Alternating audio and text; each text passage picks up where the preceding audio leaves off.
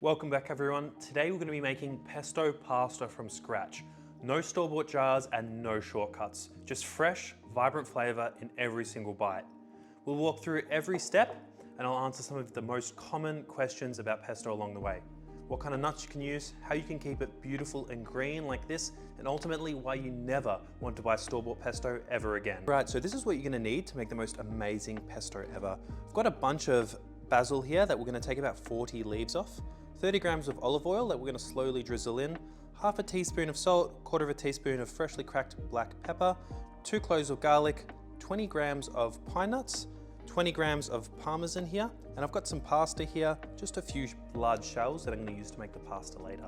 Of course, if you're following this recipe later at home, all the measurements can be found in the description. We're going to start off with dry toasting these pine nuts, just until they get a nice golden color and they become fragrant.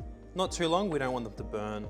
Now, pine nuts can be quite pricey. If you can't find them, you can substitute them with maybe walnuts or almonds. You just get a bit of a different flavor out of the pesto. Now, this step is completely optional, but it just adds another element to the overall dish. You can see these are starting to get a bit of color on them here. So we've got our mortar and pestle here. I'm just gonna slowly add the ingredients. This is quite small, so we're gonna have to take it slowly. You can, of course, use a food processor. You'll just get a little bit of a different flavor and texture towards the end. All right, so I've ground these pine nuts down. I'm just gonna tip them out because we're not gonna have enough room in this mortar and pestle. Gonna leave a bit in there. We're gonna start adding some basil. We're starting to get a bit of a foundation of a paste here, so we're gonna keep adding.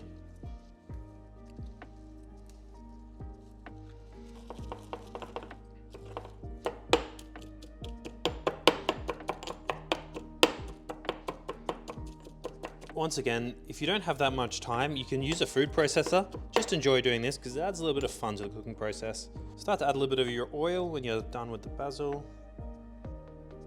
Just gonna throw in our salt and pepper now, get it involved, and our 2 garlic cloves.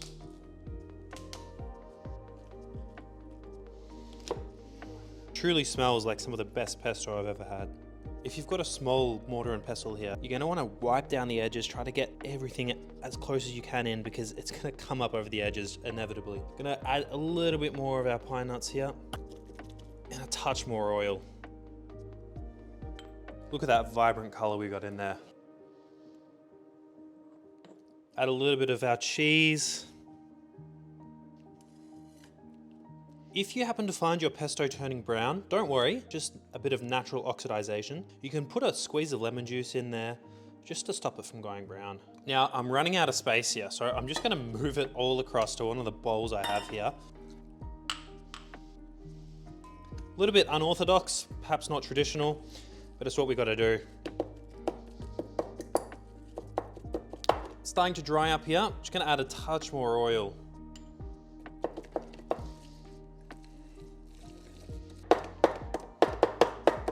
A little bit more oil for consistency. And this is our finished pesto. Just draining off the pasta now. Want it al dente. When you're cooking your pasta, you just want to make sure that you're salting the water quite well. And you can use any type of pasta that you want for this, really. I'm just using large shells because they hold onto that sauce. Just gonna add in a good amount of our pesto here. Got the pan on about medium heat. Don't want it too hot. And just a tiny bit of that pasta water, just to help us build the foundation of that sauce. Look at that, the aroma's just incredible. Now to this, just gonna add a little bit of cream, just to achieve that consistency and elevate the sauce a little bit. Of course, you can change this and design it as you want to. This is just my personal preference. We've got the sauce bubbling up like this. I'm just gonna add in the pasta to coat it evenly. Cook it down just a little bit more. We want to get it nice and thick. See, we can already see the shells are filling up with this beautiful sauce. Serve it up.